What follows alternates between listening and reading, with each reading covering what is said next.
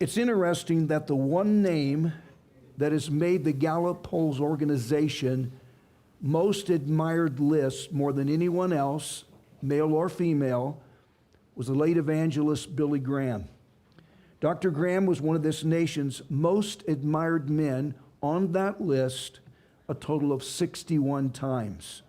No one else has even come close. Ronald Reagan came in second at 31 times. The fact is, people admire people that are considered to be true role models.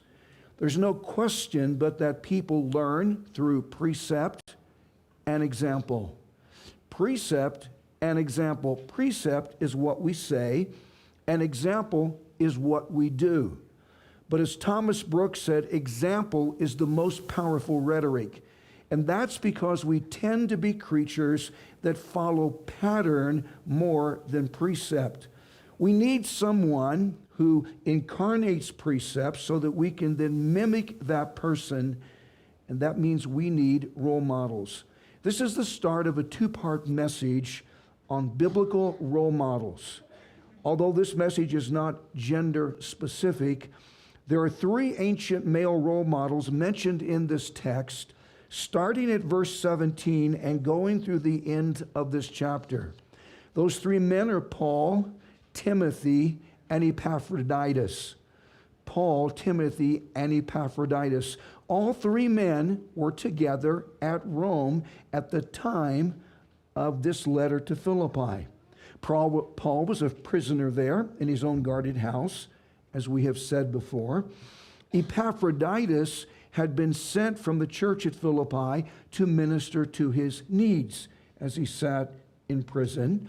And Timothy was already there because he was Paul's ministerial protege, and he never left his side.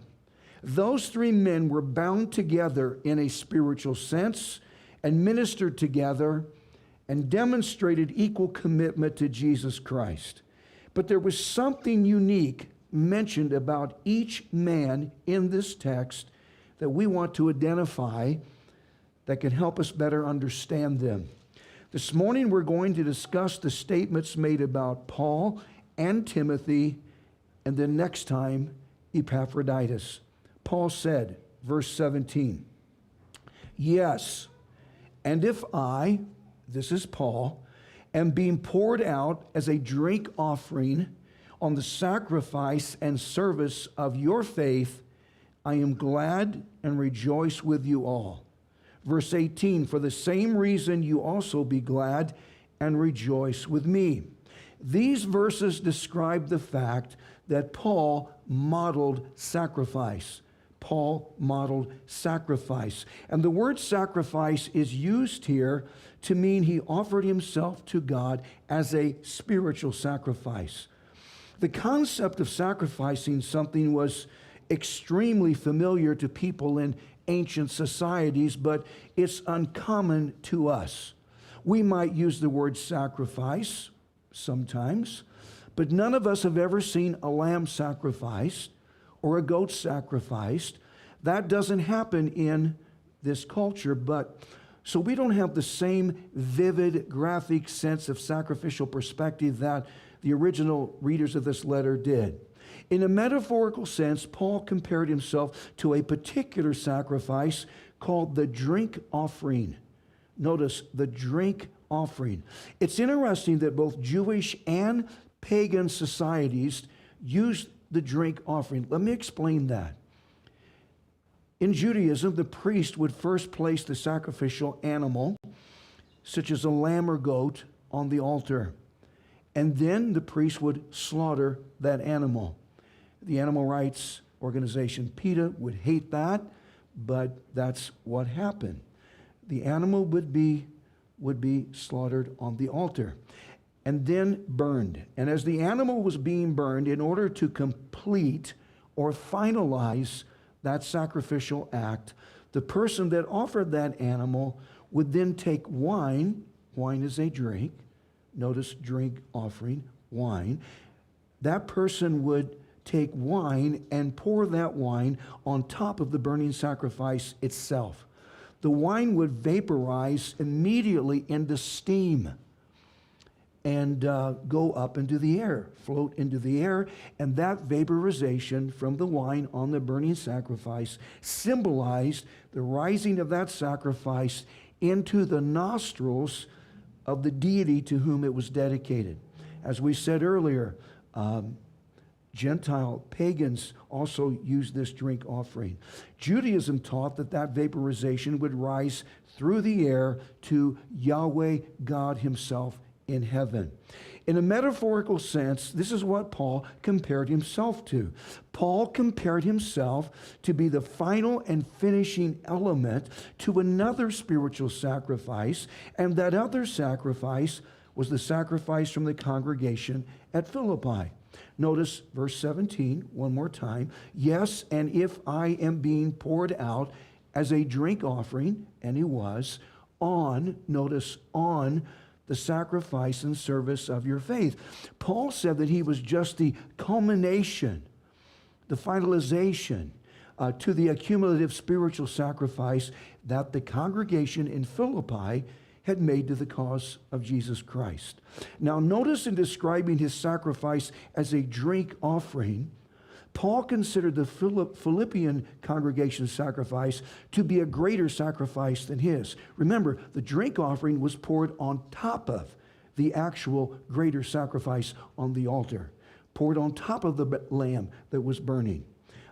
So he felt he was a drink offering being poured on top of to finalize or culminate, conclude the greater sacrifice, and that greater sacrifice, in his estimation, was that of the Philippi congregation. He basically said he was just being poured out on top of or onto the larger sacrifice that the congregation at Philippi had offered. I've read about what other Christians from third world countries and from Islamic-dominated countries, especially under Sharia law, have sacrificed. And theirs is the larger sacrifice. There's no question. Professor Hayden Robinson died in 2017 at age 86. He was considered a guru on expository preaching.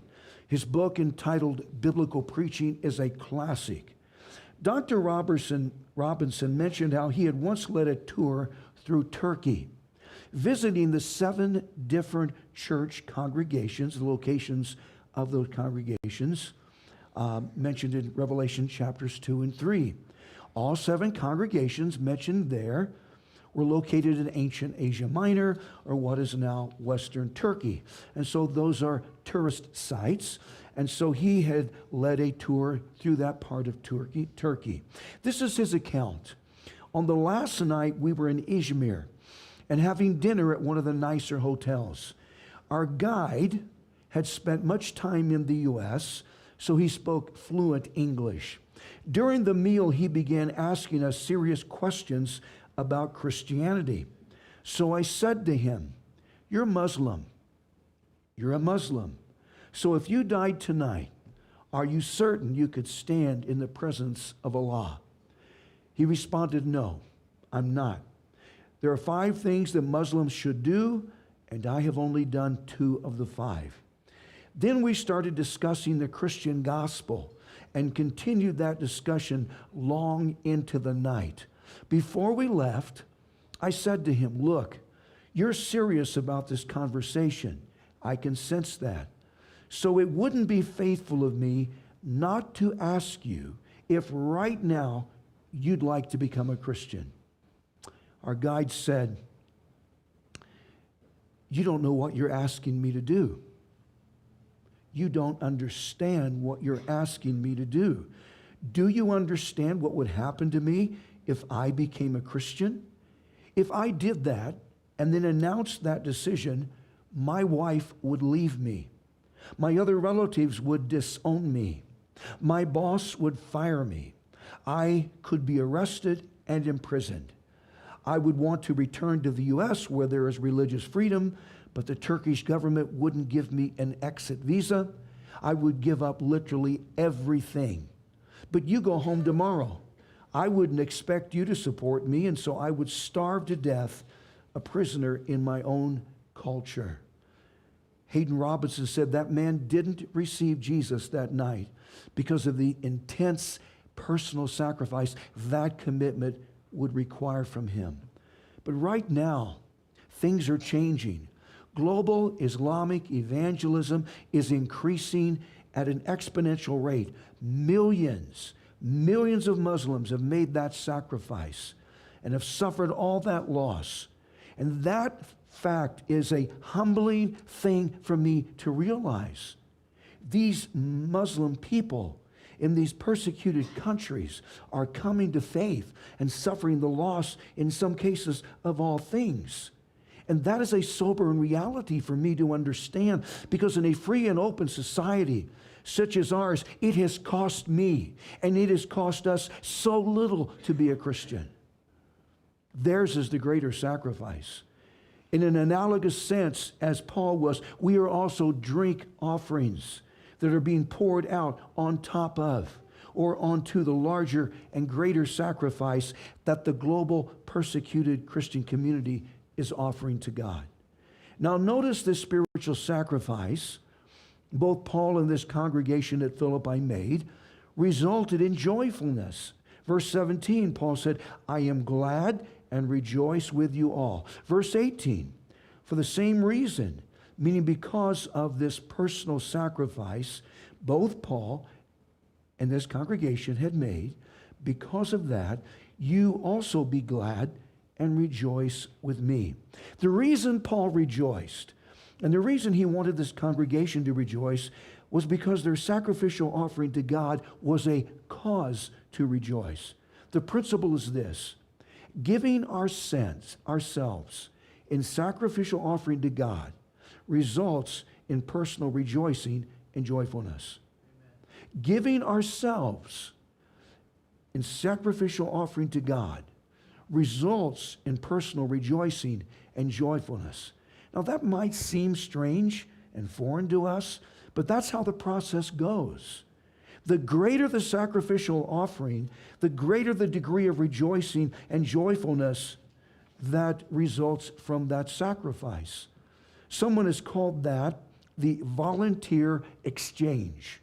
The volunteer exchange. Someone volunteers to sacrifice himself in service to God as an offering to God, and that might range here in this context from baking a dish for the church picnic, to teaching children in different classes, to preparing meals for someone that is recovering from surgery, or visiting someone in the hospital, or to volunteer to be on one of the cleaning crews, or to volunteer to bring refreshments on Sunday morning, or serving on the worship team, or the tech team, or teaching Bible studies, to being a greeter, and on and on and on the opportunities go. To sacrifice ourselves in one or more of these capacities is going to bring us personal rejoicing and joyfulness. And that's the reason Jesus himself said, it is better to give than to receive. And if you don't understand that, then you really haven't given as much as you should have. Get this. The people that get the most out of Christianity are the ones that put the most into it. The next role model mentioned in this text was Timothy.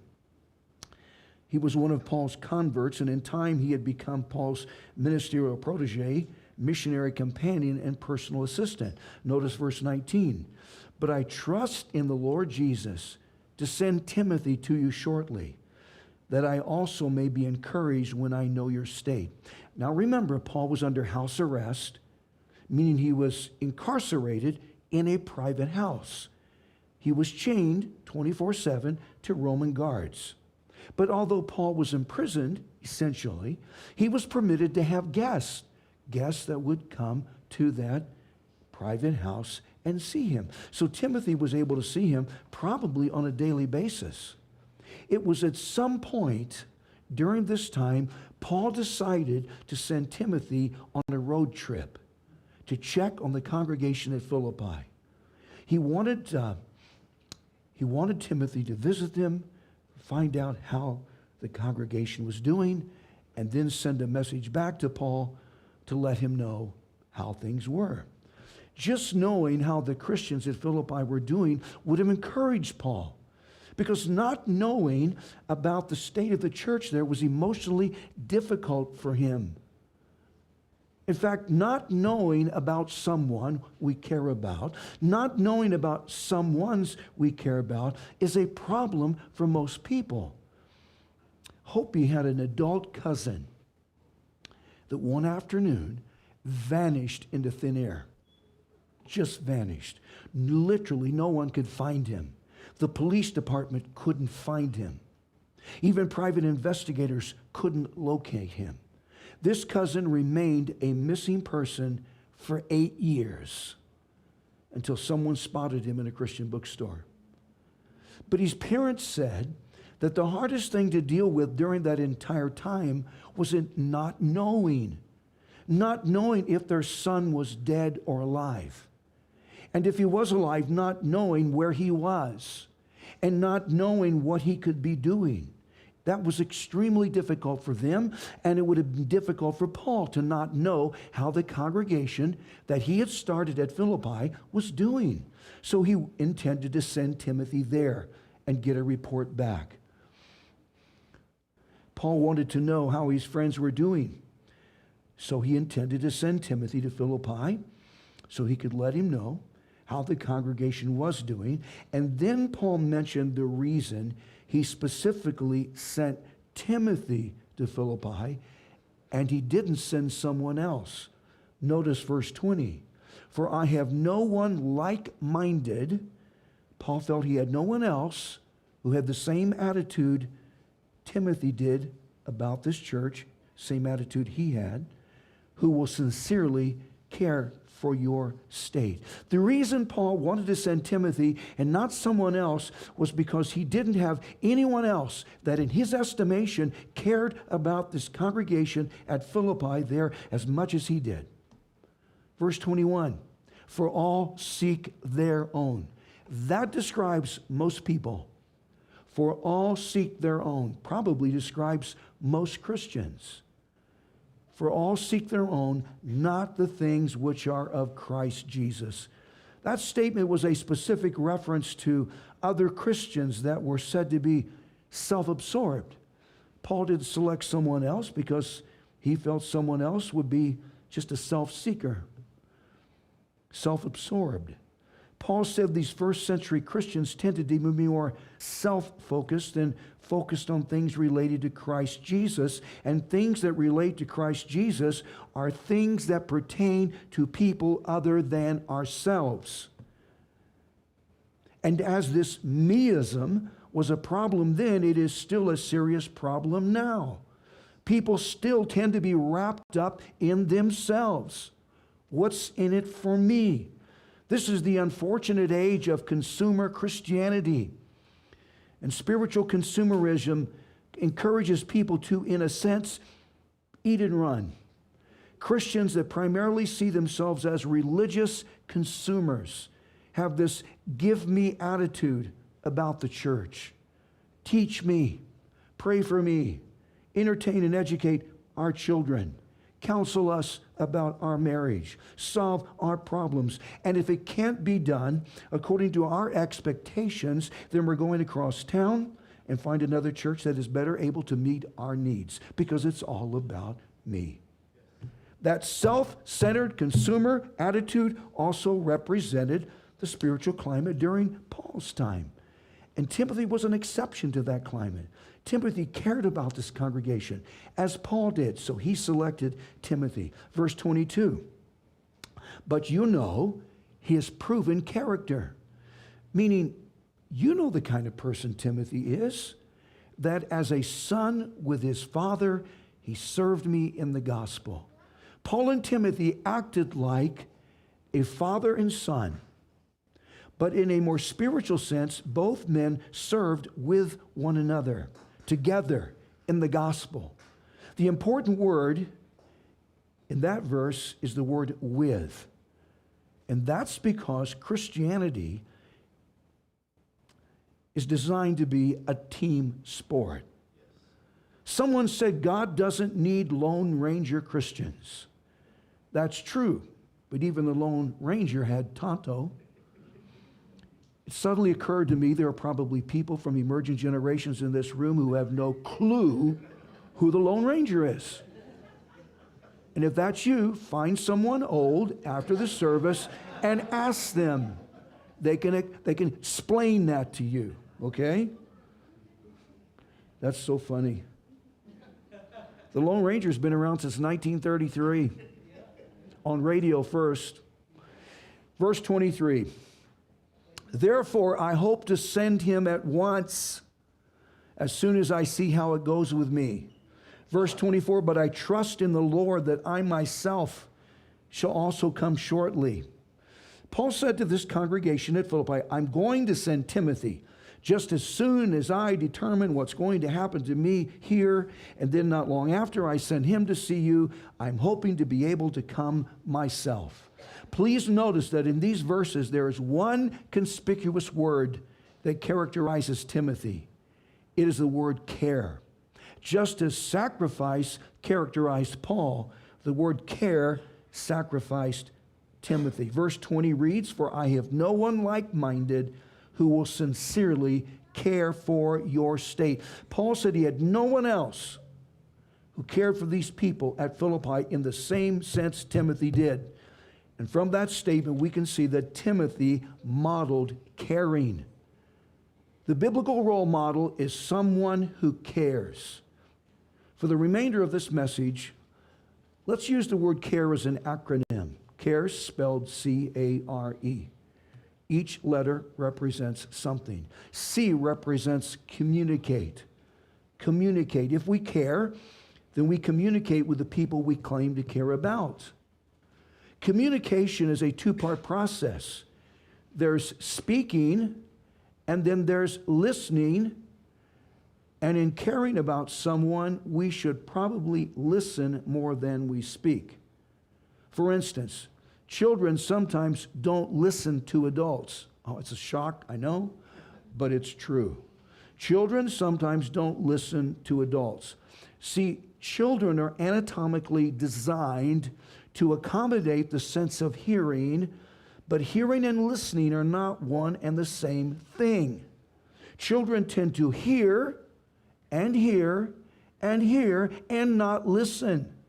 And that is the reason parents are so often frustrated, because we have to repeat ourselves so often to our children.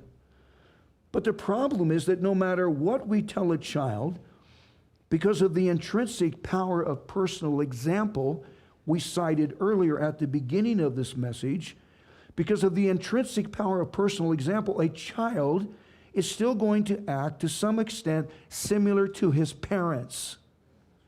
The reason children don't listen is because sometimes parents don't listen. How often has a parent said to a child, not now, I don't have time. Can't you see I'm busy? Go play a computer game. I can't talk now. That happens all the time. That's sad. If a parent demonstrates that he or she cares, then a child should have access to them 24/7. Our sons knew they could interrupt a meeting in my office at any moment they needed to. And that's the way it needs to be. If they need me, they have access to me. During childhood, my father and I had virtually no significant conversations. If we did, I don't remember them. He was a bivocational pastor. He worked all night long at Schiller's grocery store, stocking groceries. In the daytime, he was a pastor. He might have slept 3 to 4 hours a day. That is all. He was a bivocational pastor and a phantom father. He was literally never at home. I don't remember a single meaningful conversation we ever had until after our marriage. Fortunately, in time, and it wasn't long, we both matured, we both changed, and before he passed, he was my closest male friend and confidant. And I still miss him. The one thing I miss most since his death is being able to call him so we could talk. Often we would discuss a biblical question I had because he had a better command of Scripture than I did and do even now, probably. Or I would update him on the progress of our church, or we would get down to the real deeper things of God and discuss the Kansas City Chiefs. And but after he passed on Father's Day Sunday morning in 2001, and sometime I'll tell you that entire encounter. He passed on Father's Day Sunday morning, his favorite morning of the week.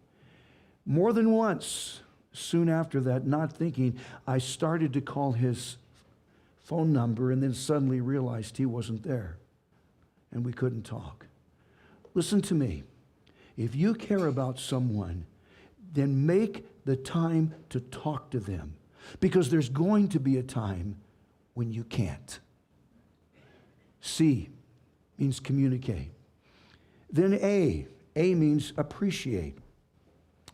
Appreciate. The fact is, we are to share an appreciation for the people we care about. Remember that Paul started this letter through telling the Christians at Philippi that he appreciated them. Philippians 1 verse 3, I thank my God upon every remembrance of you. That is a definitive statement of appreciation, and Paul goes on to mention his appreciation to his readers once more at the end of this book, which we will get to at some point this summer. Don't know when, but we will get there. Someone said that any public gathering is going to consist of two basic categories of people.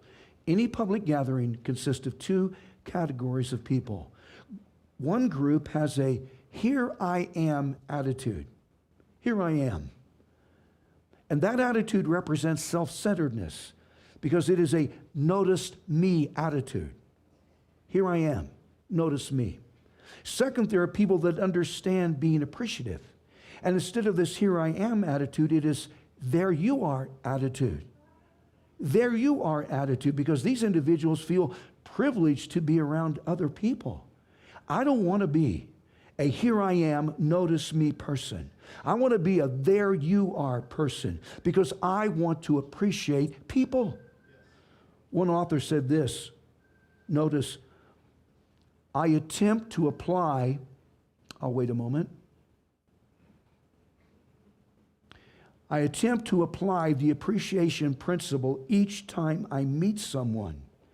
Somehow, in the first 30 seconds or so of a conversation, I do my best to say something that shows appreciation.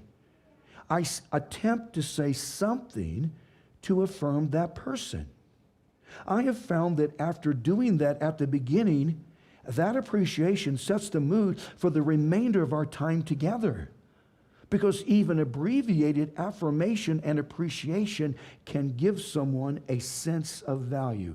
How true are those words? And that is the benefit of appreciation. I am convinced one of our problems is we tend to take too much for granted. And we're not appreciative of one another as we should be. Business researchers call this appreciation the missing ingredient and the hidden accelerator. The missing ingredient and the hidden accelerator. That's the focus of a book called The Carrot Principle. Based on a decade-long research project that interviewed 200,000 people, this book concludes that appreciation heads up the list of things that employees want most from their superiors. Here are some of the statistics that brought about that conclusion. 94% of people who reported high morale on their job said their managers showed them appreciation. 94%. 79% of employees who resigned their jobs, meaning quit, cited no appreciation as the principal result for leaving. 79%. 56% of employees who registered Low morale on the job said that there was no demonstrative appreciation from their managers. The carrot principle concludes that the simple act of someone else, a mate, a parent, a coach, a mentor, or a friend, a simple act of demonstrating appreciation in a meaningful matter is the missing accelerator people need to succeed. Communication, appreciation, and then relate. R means relate. The third step to caring is to relate to those individuals that we care about, and that transpires through being sympathetic and empathetic towards someone. Don't miss that. That means being sympathetic and empathetic towards someone. To sympathize means to feel for someone in an emotional sense, to feel for them. But to be empathetic means to feel for someone in a vicarious sense. And in a vicarious sense, that means to imagine ourselves being in someone else's situation. Both words are part of compassion and being compassionate. And Jesus was compassionate. Matthew 9, verse 36, but when Jesus, saw the multitudes, he was moved with compassion for them. That is a strong emotion Jesus felt, because they were wearied and scattered like sheep, having no shepherd. I have said before, the Bible never mentions if Jesus laughed. He probably did laugh, because Jesus was fully human. He experienced the full range of human emotions, and that would have included laughter. But although the Bible does not say that he laughed, it does mention that he cried on 3 different occasions. And on at least 2 of those 3 times, he cried as he sympathized for someone else. Jesus Christ cried as he related to someone else in an emotional sense. That means a biblical man that cares and feels for people is not ashamed to shed tears. That's the reason John 11, verse 35 reads that Jesus wept at the grave of his friend Lazarus. More than once I have heard this. Someone has made the foolish statement. I've heard this from a father to a small son. Be strong. Don't cry. Be a man. Don't break down. That is foolishness. That is not biblical advice. Sometimes tears aren't necessary. I understand that. But often tears are necessary. Tears are not a sign of human weakness. Jesus wept. Jesus, the perfect man. Jesus, the ideal man. Jesus, the masculine man. Jesus, the model man. Jesus, the man's man. And Jesus wept. My brother had a t-shirt once. It said, real men cry. And real men do.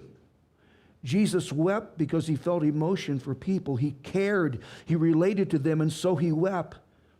If it is for the right reason and if it is at the right time, it is not wrong to weep. In fact, there are times it would be wrong not to weep. If I see a man who never ever is emotional and never ever cries, I run.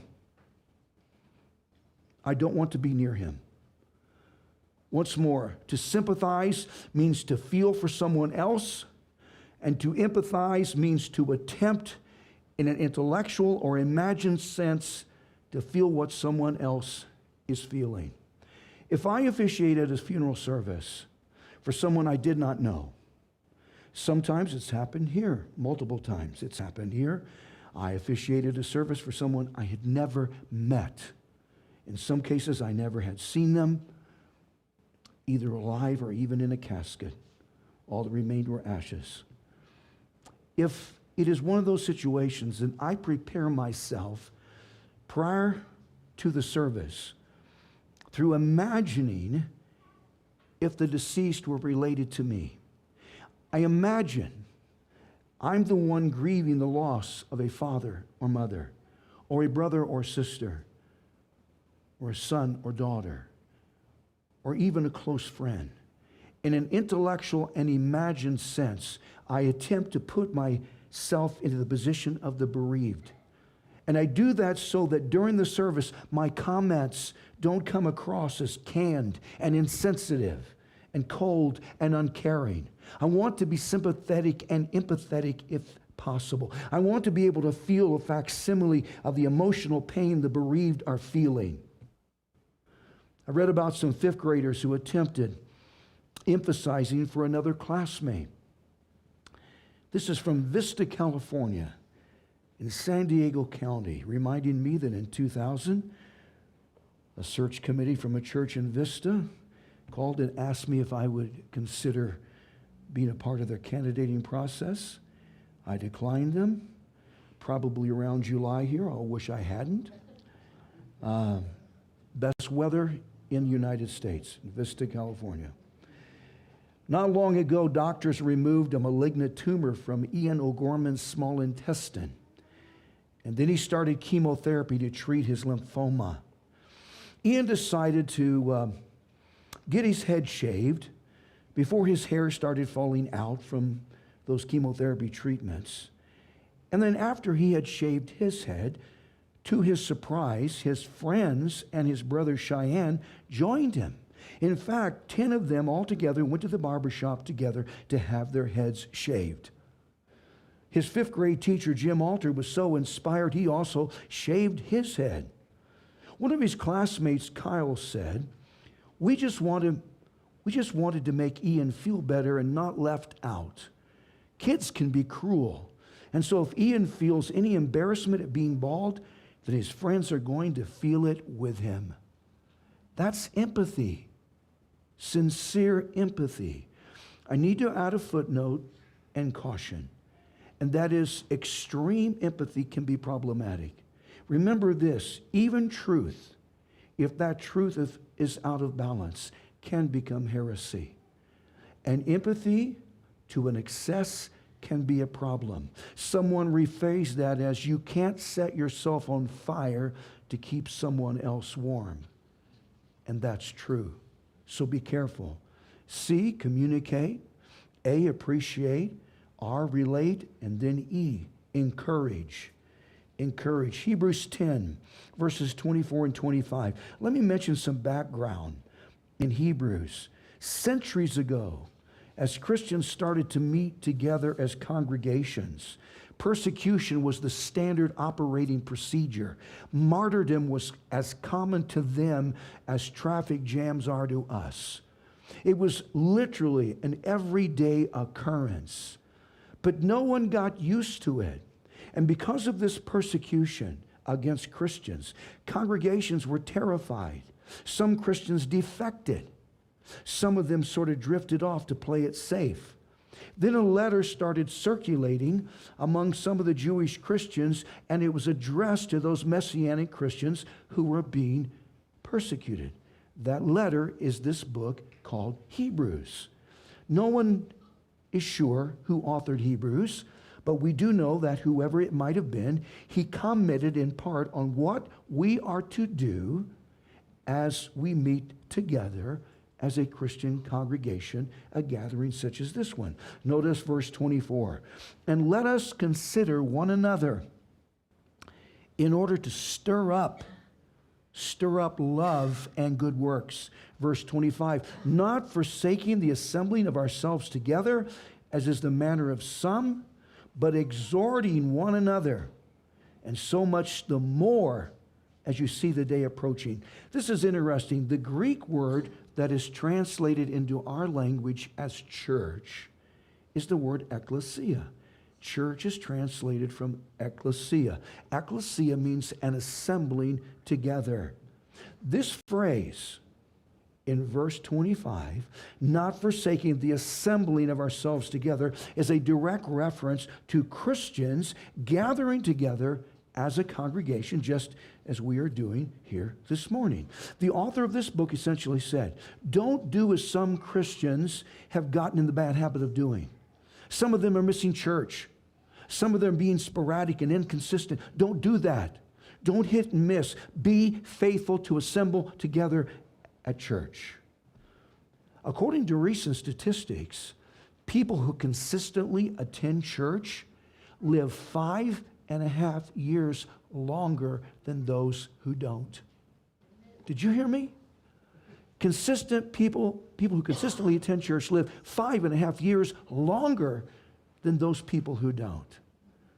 And people who attend church on a consistent basis are 60% less apt to die from a heart attack than those that don't. So there are all sorts of positive benefits from attending church. But the author of this book said, don't do as some Christians are doing. Don't miss church. Assemble there on Sunday morning. Be consistent. Be there. But please notice that once the church does assemble together, it is supposed to be to encourage one another.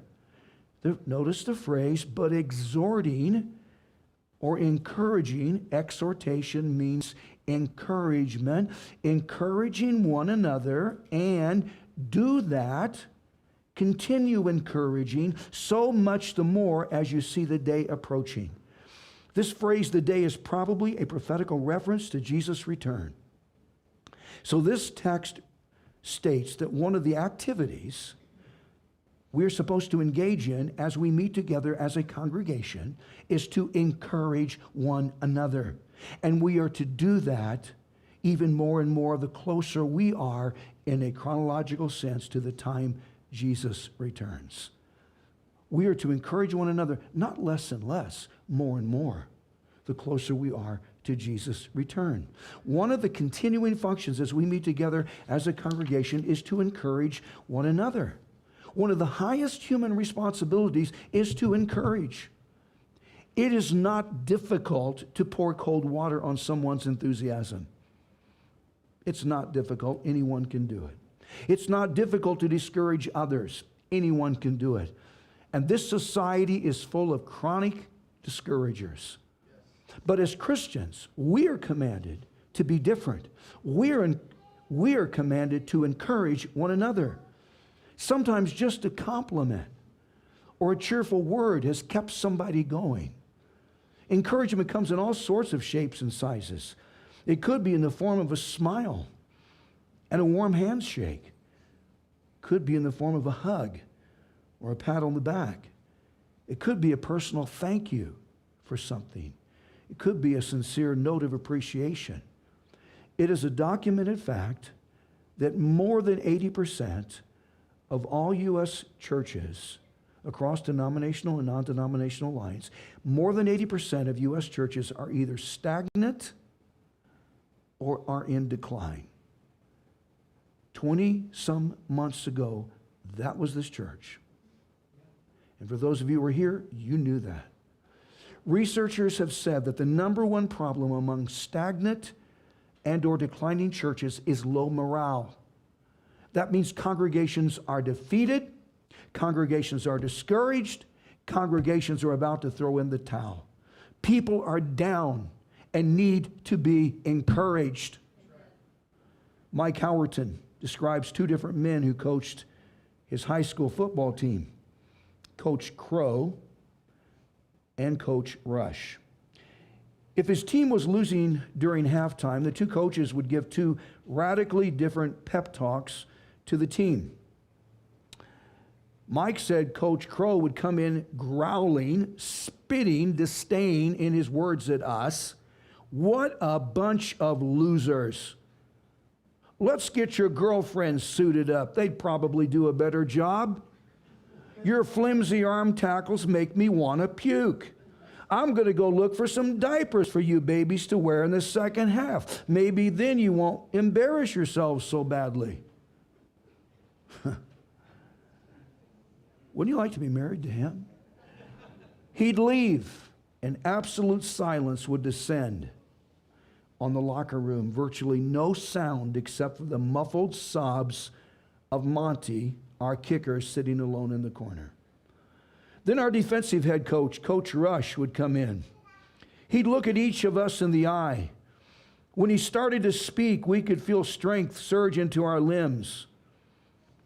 He would begin with something like this, something measured, something masculine, and building in intensity. He said, I don't see high school students in this locker room? I see lions. This locker room is filled with lions. A bunch of lions together is called a pride. A pride of lions stalk, attack, and kill together. Lions are majestic to behold. Lions are the king of the land, and this is your land. Men, you are the pride of lions here. But there's one thing I haven't heard you lions do tonight. I haven't heard you roar. Now we're going to go out there, and everyone in this two-bit town is going to hear you roar because you're lions, and lions roar. And then we'd erupt as a team into ear-splitting roar. Even Monty, our kicker, roared. Because we weren't juniors or seniors, we were lions, and lions roar. And we go out of that locker room to an inevitable win.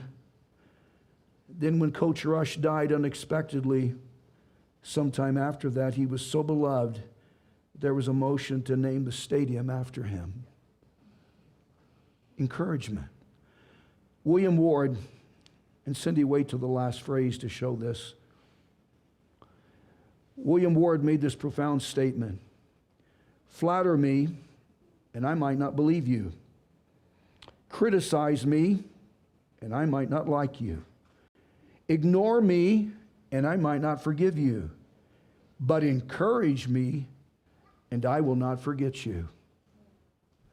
Encourage me, and I will not forget you. Communicate, appreciate, relate, and encourage. That's the essence of caring. Do you care? Let's bow our heads. Father, thank you for this day. Thank you for your word.